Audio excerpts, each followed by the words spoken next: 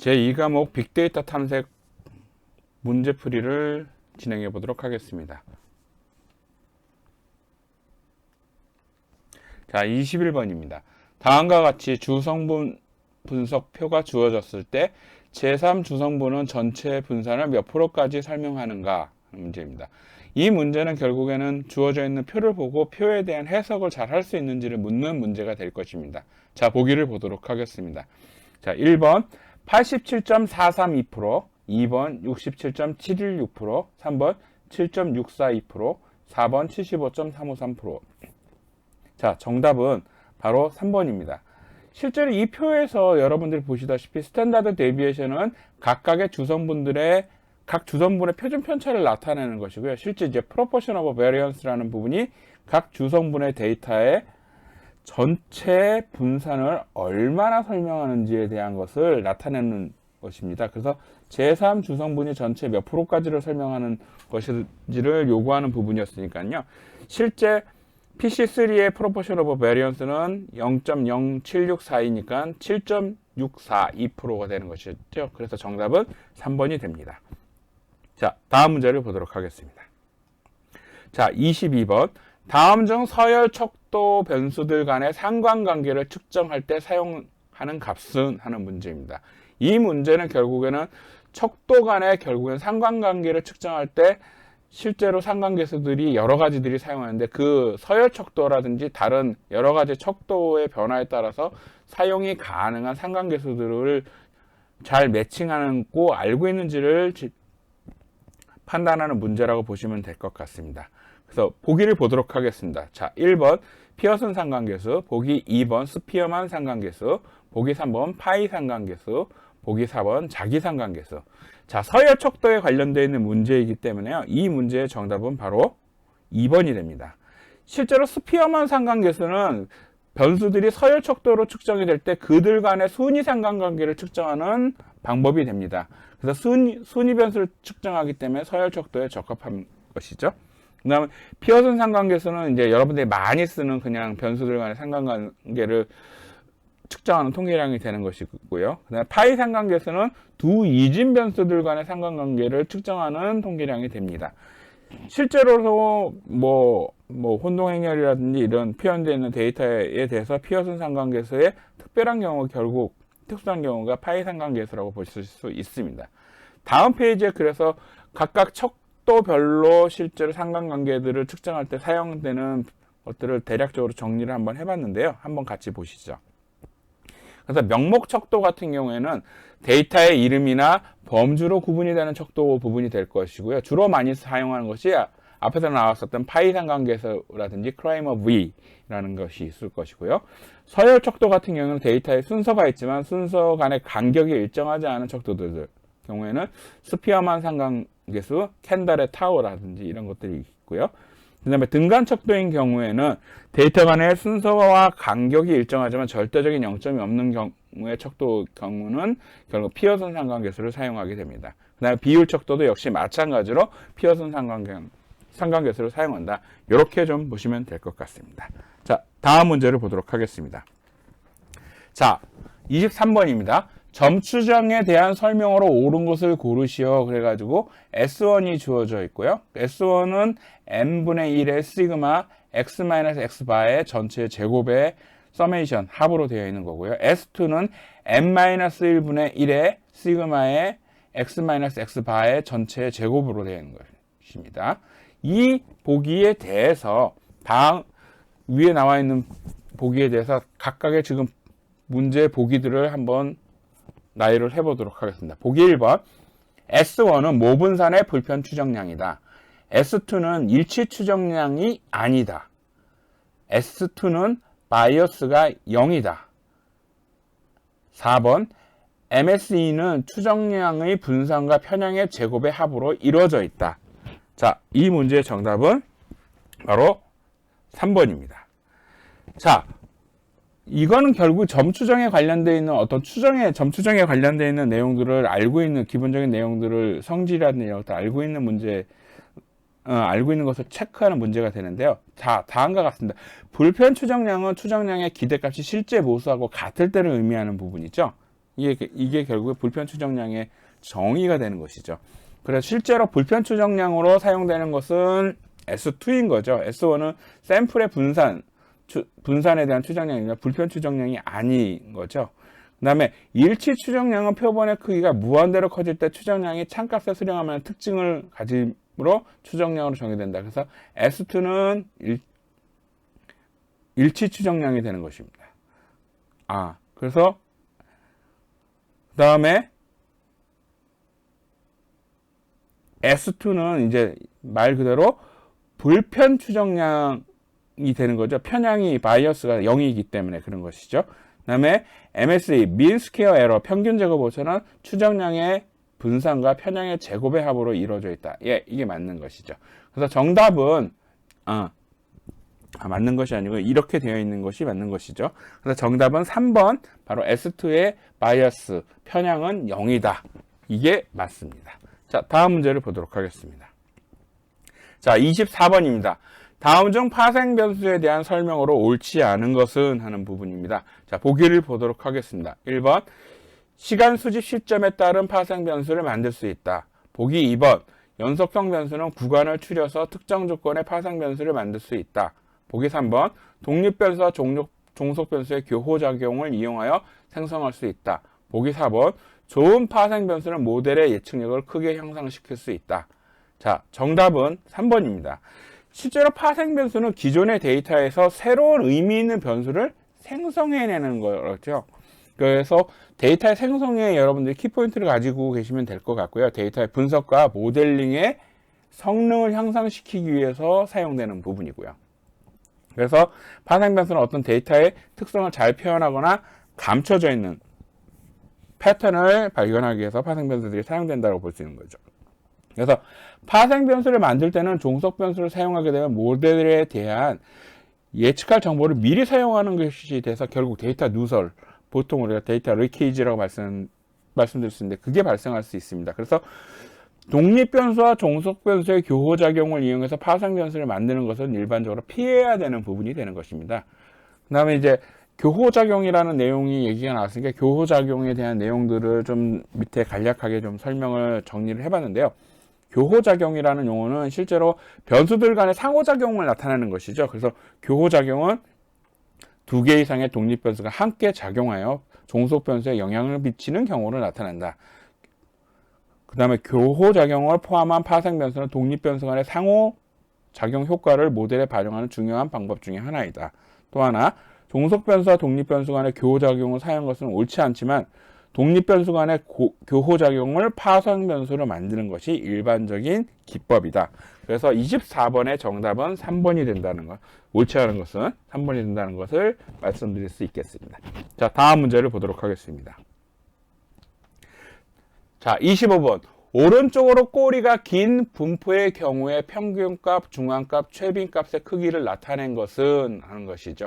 결국 이거는 여러분들이 외도에 대한 전형적인 정의를 잘 알고 있는지를 묻는 문제가 될 것입니다. 이 나와져 있는 그래프에 대해서 다음과 같이 보기를 보도록 하겠습니다. 보기 1번은 중앙값, 평균값, 최빈값이 다 같은 경우, 보기 2번 중앙값보다 평균값이 크고 평균값보다 최빈값이 큰 경우, 보기 3번 최빈값보다 중앙값이 크고 중앙값보다 평균값이 큰 경우, 보기 4번 최빈값보다 평균값이 크고 평균값보다 중앙값이 큰 경우입니다. 자, 정답은 바로 3번입니다. 실제로 오른쪽으로 꼬리가 긴 분포, 우리가 말하는 양의 포지티브 스큐 디스트리뷰션의 형태인 거죠. 그래서 데이터의 높은 값들이 평균에 더 큰 영향을 미치기 때문에 평균이 중앙값보다 크고 최빈값은 가장 빈도가 높은 값으로 가장 적게 위치하는 경향이 있다. 따라서 이러한 경우에 평균, 중앙값, 최빈값의 관계는 그래서 최빈값, 중앙값, 평균값 순으로 해서 최빈값이 가장 작고 중앙값이 그 다음이고 평균값의 순으로 나타나는 형태가 되는 것이죠. 즉 오른쪽으로 꼬리가 긴 분포에서는 최빈값이 가장 작고 그 다음으로 중앙값이 오고 그 다음으로 평균이 가장 큰 값이 되는 형태가 되는 것입니다. 바로 이제 대표적인 형태로 이제 포지티브 스큐일 때 그 다음에 우리가 이제 시메트릭한 그 정규 분포 형태인 경우들, 그 다음에 네거티브 스큐일 때 전형적인 모습들이 나와 있는데요. 이러한 문제들은 이제 자주 나와는 빈도수가 좀 높은 문제이기 때문에 외도에 관련되는 문제는 여러분들이 잘 이해를 해주시고 정리를 해주시면 큰 도움이 될 거라 생각됩니다. 자, 다음 문제를 보도록 하겠습니다. 자, 26번입니다. 표본의 수가 많을수록 정규 분포에 가까워지는 것은 무엇이라고 하는가? 결국에는 바로 정답을 먼저 말씀드리면 중심극한 정리에 관련되어 있는 것을 내용을 파악을 하고 있는 부분이 되겠죠. 그래서 정답은 지금 보기 1번에 있는 바로 중심극한 정리 부분이 되겠는데요.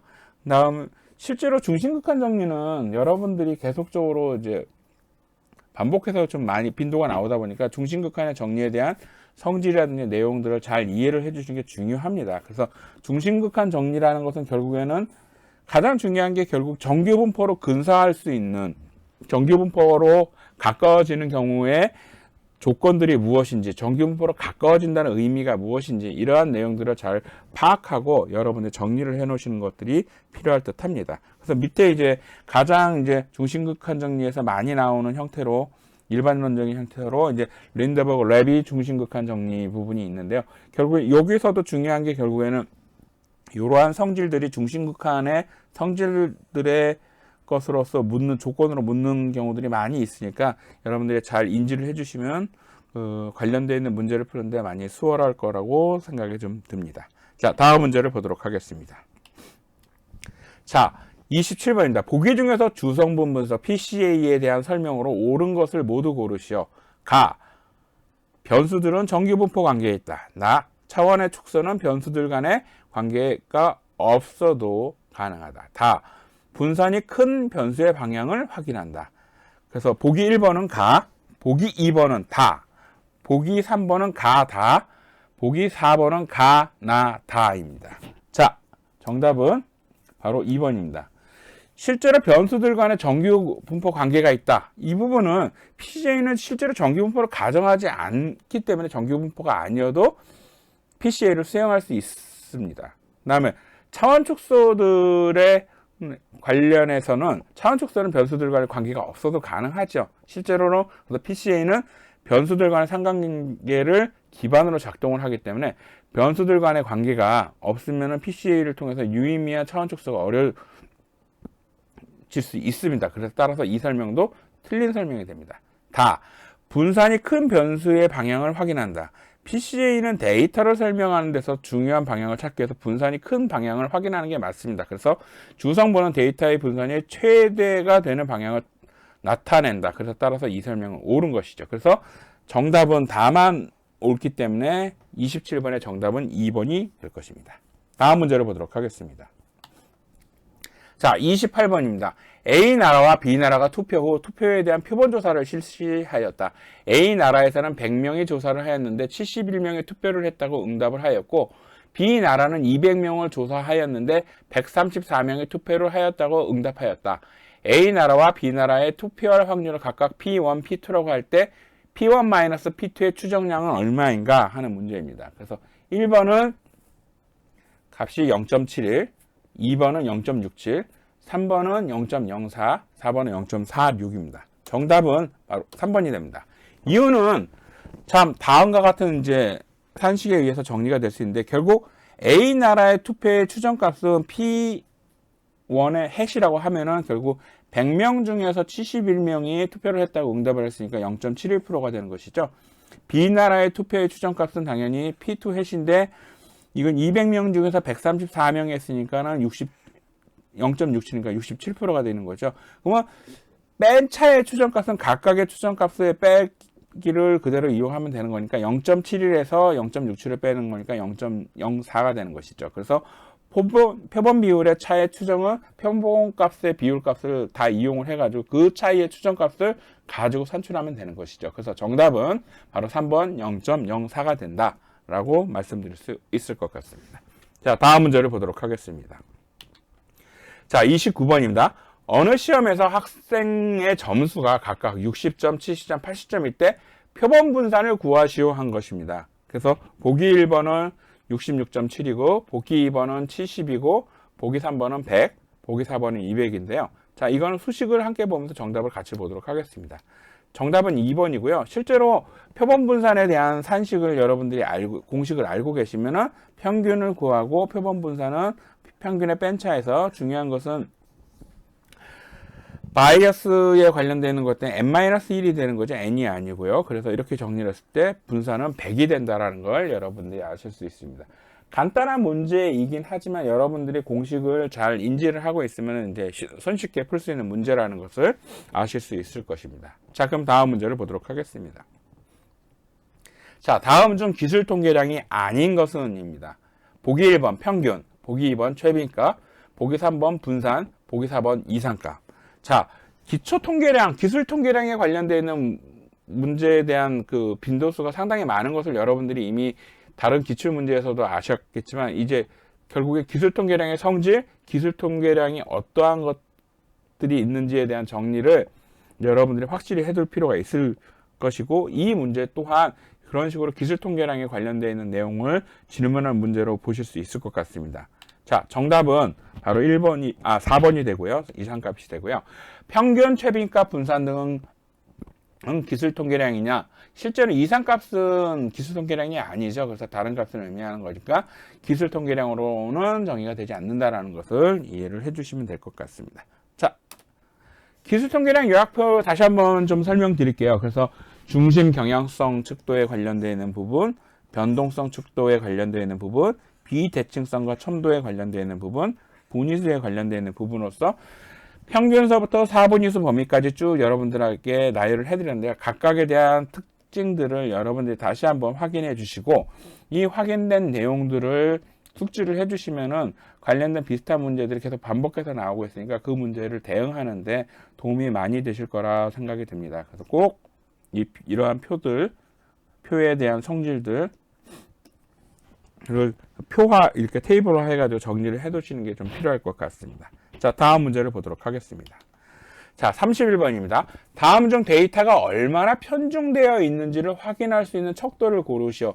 역시 마찬가지죠. 결국에는 기술 통계량의 성질을 잘 이해하고 있는 문제 부분이 될 것입니다. 자, 보기 1번 분산, 보기 2번 표준 편차, 보기 3번 외도, 보기 4번 첨도입니다. 자, 정답은 바로 3번입니다.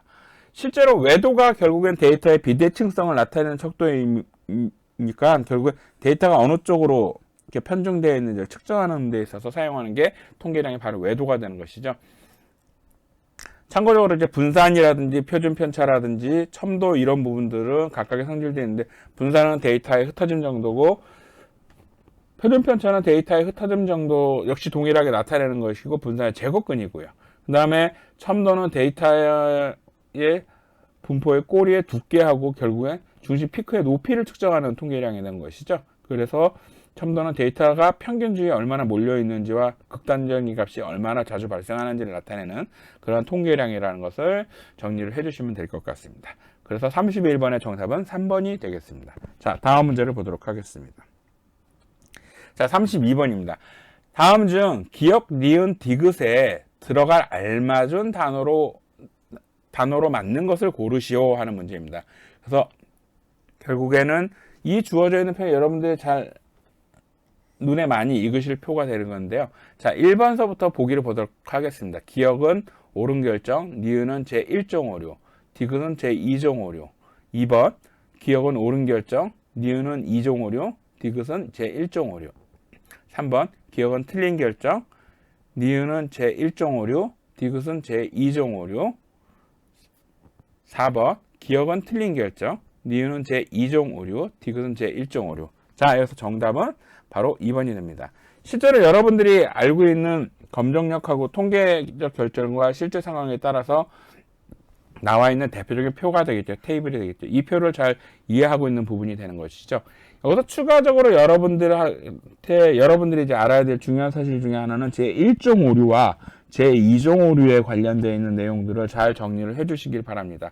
그래서 제1종 오류는 귀무가설이 참일 때 이를 기각하는 오류, 제2종 오류는 대립가설이 참일 때 기무가설을 기각하지 못하는 오류, 즉 기무가설이 거짓인데 이를 채택하는 오류가 되는 것이죠.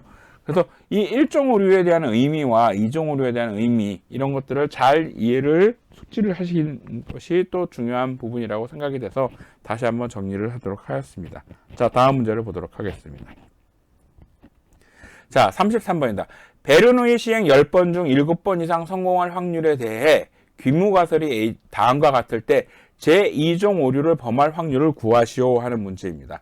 그래서 지금 문제가 주어져 있는 게 결국 H0가 2분의 1이고 H1이 3분의 2가 되는 것이죠. 자, 이렇게 됐을 때 보기 1번, 보기 2번, 보기 3번, 보기 4번에 대해서 각각의 경우에 대해서 실제로 확률을 구하는 것들이 어느 식이 정당한 것이 적절하게 만들어진 것인지를 한번 확인하는 부분이 될 것입니다. 자, 문제를 보도록 하겠습니다.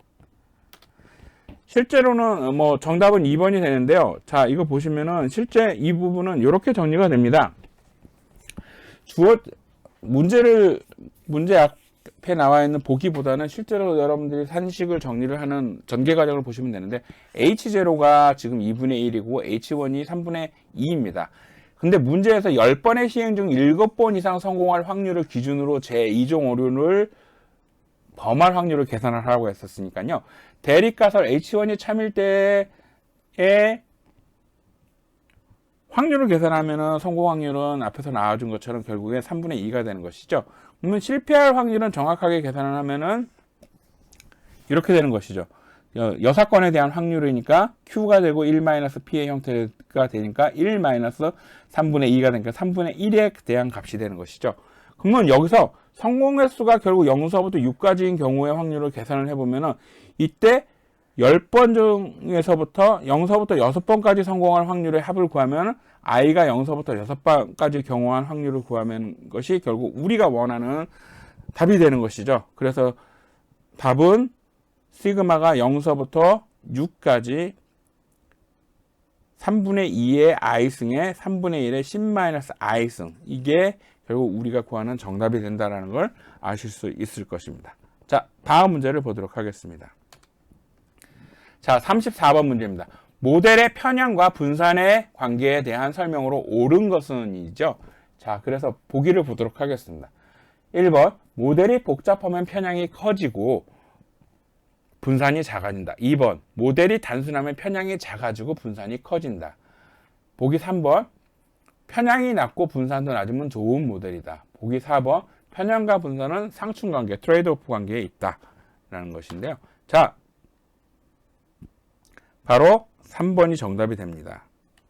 실제로 편향과 분산이 모두 낮으면은 모델은 데이터가 잘 일반화될 수 있으며 이는 좋은 모델의 특성이 되는 것이죠. 편향과 분산에 대한 실제로 트레이드오프는 편향, 바이어스하고 분산은 모델의 성능에 관련된 두 가지 오류의 원천입니다. 그래서 둘은 일반적으로 상충관계에 있기 때문에 실제로 편향이라는 분산에 대한 것들을 정리를 여러분들이 해놓는 것이 결국에는 필요할 것 같습니다. 그래서 편향은 모델이 얼마나 단순한 가정을 하고 있는지를 나타내는 부분이고 편향이 높은 모델은 데이터의 패턴을 충분히 학습하지 못해 과소적합이 되는 경향이 있다는 부분이고요. 분산은 모델이 학습 데이터의 변동에 얼마나 민감한지를 나타내는 부분입니다. 그래서 분산이 높은 모델은 데이터의 노이즈까지 학습해버려 과적합, 오버피팅이 되는 경향이 있다는 거죠. 그래서 모델이 복잡해지면 분산이 커지고 편향이 작아지는 경향이 있고요.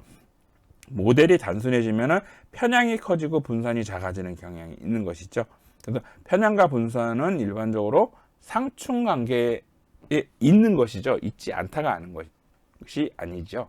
그래서 34번의 정답은 바로 3번이 된다는 것을 다시 한번 확인하고 넘어가도록 하겠습니다. 자, 다음 문제를 보도록 하겠습니다. 자, 35번입니다. 데이터를 정규 분포에 가깝게 변환하기 위하여 통계적 기법으로 음수 데이터를 에는 불가능하여 양수 데이터만 가능한 방법은 무엇인가 하는 문제가 되는 것인데요. 자, 보기를 보도록 하겠습니다. 그래서 1번 민맥스 방법, 2번 Z스코어, 3번 바이닝, 4번 박스콕스 방법이 되겠는데요. 자, 정답은 바로 4번이 됩니다. 음수 데이터를 변환할 수 없고 양수 데이터만 적용이 가능하며 정규 분포에 근소하는 변환 방법은 바로 박스콕스 방법이 됩니다. 민맥스 스케일링은 실제로 데이터의 최소값과 최대값을 이용해서 데이터를 특정 범위로 변환하는 방법이 되는 거죠. 이건 음수에도 적용이 가능하고 중요한 것은 정규 분포로의 변화는 아니라는 것이죠. 그 다음에 Z스코어 스케일링은 당연히 데이터를 평균을 0으로 표준 편차를 1로 변하는 표준화 방법으로 음수 데이터에도 적용이 가능하지만 표준 정규 분포긴 한데 뭐 그래서 변화를 항상 변화를 보장하는 건 아니죠. 그 다음에 바이닝은 데이터를 여러 개의 구간으로 나눠 가지고 각각의 구간에 속하는 값들을 하나의 대표 값으로 변환하는 방법으로 데이터의 분포를 정규 분포에 가깝게 만드는 방법이 실제는 아니고 음수 데이터도 적용은 가능한 부분이고 여러분들이 본 문제의 정답인 박스콕스가 바로 문제의 조건의 정답이 되는 것이죠. 그래서 35번의 정답은 4번이 된다라는 것을 말씀드릴 수 있을 것 같습니다. 자, 그러면 다음 문제를 보도록 하겠습니다. 자, 36번입니다. 다음 설명 중 옳지 않은 것은 하는 부분입니다. 자, 1번. n의 개수, 표본의 크기와 상관없이 표본의 평균은 모집단의 평균과 같다. 2번. 표본 통계량의 기대값이 모집단의 모수와 같다면 이를 불편 추정량이라고 한다. 보기 3번. 표본의 수가 커지면 표본의 오차가 줄어들고 결과의 신뢰성이 높아진다. 4번. 표본의 수가 늘어나면 표본의 평균을 이용한 신뢰 구간의 추정 정확도가 높아진다. 자, 정답은 바로 1번입니다. 옳지 않은 것은요. 실제로는 표본 평균은 모집단의 평균의 실제 추정치이며 표본의 크기가 커져도 변동을 할 수 있죠. 그래서 표본의 크기가 커질수록 표본 평균은 모집단의 평균에 가까워지긴 하지만은 항상 같지는 않은 것이죠. 뭐 우리가 말하는 그래서 이제 실질적으로 큰 수의 법칙이라든지 뭐 그 외에 나머지 여러분들 표본에 대한 통계량과 그 다음에 모집단에 대한 통계량에 관련되어 있는 내용들을 정리를 다시 한번 할 필요가 있는데 결국에 이 네 가지 정도는 좀 여러분들께 다시 한번 말씀드리고 정리를 해볼 필요가 있을 것 같아요.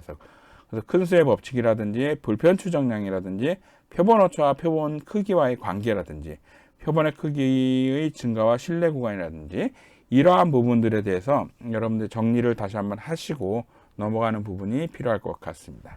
자, 다음 문제를 보도록 하겠습니다. 자, 37번입니다. 다음 중 차원 축소를 통해서 할 수 없는 것을 고르시오 한 것인데요. 보기를 보도록 하겠습니다. 1번 특징 축출, 2번 설명력 증가, 3번 노이즈 제거, 4번 데이터 정제. 정답은 바로 4번이 될 것입니다. 데이터 정제는 데이터의 오류, 수정, 그 다음에 누락된 값의 처리, 그 다음에 부정확한 데이터의 제거 등이 포함되는 과정입니다. 그래서 차원 축소는 주로 데이터 구조를 단순화하고 패턴을 추출하는 데 사용되는 것이죠. 그래서 데이터 정제는 차원 축소를 통해서 할 수는 없는 부분이라는 걸 좀 말씀드릴 수 있을 것 같습니다. 자, 그러면 다음 문제를 보도록 하겠습니다. 죄송합니다. 한번 이거는 정리를 해야 될 것 같네요. 그래서 차원 축소에 관련되어 있는 부분들은 결국 다음과 같은 크게 한 세 가지 정도는 얘기를 할 수 있는데 특징에 대한 축출, 그 다음에 결국 피처 익스트랙션이라고 되어 있는데 그 다음에 설명력 증가, 그 다음에 노이즈 제거 이러한 부분들이 차원 축소가 중요한 기능 중에 하나다라는 것을 좀 말씀드릴 수 있을 것 같습니다. 자, 그러면 다음 문제를 넘어가도록 하겠습니다. 자, 38번입니다. 암의 발생률과 소득의 상관관계를 다른 변수들을 제외하고 분석하고 싶을 때 사용하는 기법은 무엇일까? 라는 부분인데요. 보기를 보도록 하겠습니다. 보기 1번은 군집분석, 보기 2번은 편상관계수, 보기 3번은 F분포, 보기 4번은 카이제곱분포입니다. 자, 정답은 바로 2번이 됩니다. 두 변수 간의 순수한 상관관계를 계산하는 비법으로 다른 변수의 영향을 통제한 상태에서 상관관계를 분석할 수 있다. 이게 바로 편상관계수의 정의가 되는 것이죠. 나머지 부분들은 좀 보시면은 다음과 같습니다. 군집 분석은 결국 데이터의 군집을 찾기 위해서 사용하는 부분이고요. 주로 유사성으로 묶는 거죠. 그룹핑을 하는, 클러스터링을 한다는 의미가. 그다음에 F 분포는 분산 분석에 사용되는 통계 분포 부분이고요. 카이 제곱은 범정 데이터의 독립성이나 적합성을 검증하는 통계 방법이다라는 걸 정의를 말씀을 드릴 수 있을 것 같습니다. 그래서 38번의 정답은 2번이라는 것을 말씀드릴 수 있을 것 같습니다. 자, 다음 문제를 보도록 하겠습니다. 자, 39번입니다. 다음 중 다별량 분석에 대한 설명으로 옳은 것은, 그래서 1번 독립변수가 1개 이상, 종속변수가 1개. 2번 독립변수가 여러 개, 종속변수가 1개. 3번 독립변수가 1개 이상, 종속변수가 여러 개.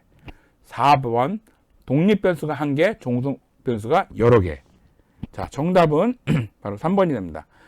1개 이상의 독립변수를 측정한 경우 집단 그룹 간의 평균을 비교하는 경우 일별량 분산을 수행하고 2개 이상의 독립변수를 측정한 경우 집단 간의 평균 벡터의 비교는 다별량 분석을 수행한다. 즉 독립변수가 여러 개, 종속변수가 여러 개, 이런 경우를 얘기를 하는 것이죠. 그래서 39번의 정답은 3번이 됩니다. 자, 다음 문제를 보도록 하겠습니다. 자, 40번입니다. 다음 중 결측치의 대치에 대한 설명으로 옳지 않은 것은 하는 부분입니다. 자, 보기를 보도록 하겠습니다. 자, 1번 평균으로 대치하는 경우 통계량의 표준 오차가 과소 추정될 수 있다.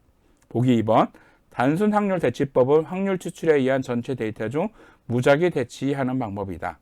보기 3번 최근접 대치법은 결측치에 대한 해당 데이터와 가장 유사한 값으로 대치하는 방법이다. 보기 4번 자기 획기로 결측치를 대치하면 상관성이 낮아지고 분산이 커진다. 자, 여기서 정답은 바로 4번입니다. 실제로 결측치에 대한 대치는 다음과 같은 것들을 특징적으로 여러분께 나눠서 설명할 수 있는데요. 평균으로 대치를 하면은 데이터의 변동성이 제대로 반영되지 못하기 때문에 표준 오차가 과소 추정될 수 있습니다. 그 다음에 단순 확률 대치법은 전체 데이터에서 무작위로 값을 선택하여 결측값을 대치를 하는 방법이 맞습니다. 그 다음에 최근접 대치법은 결측 데이터를 해당 데이터와 가장 유사한 데이터로 대체하는 방법이 맞습니다. 근데 이제 자기 회귀로 결측치를 대체하면 상관성이 낮아지고 분산이 커진다.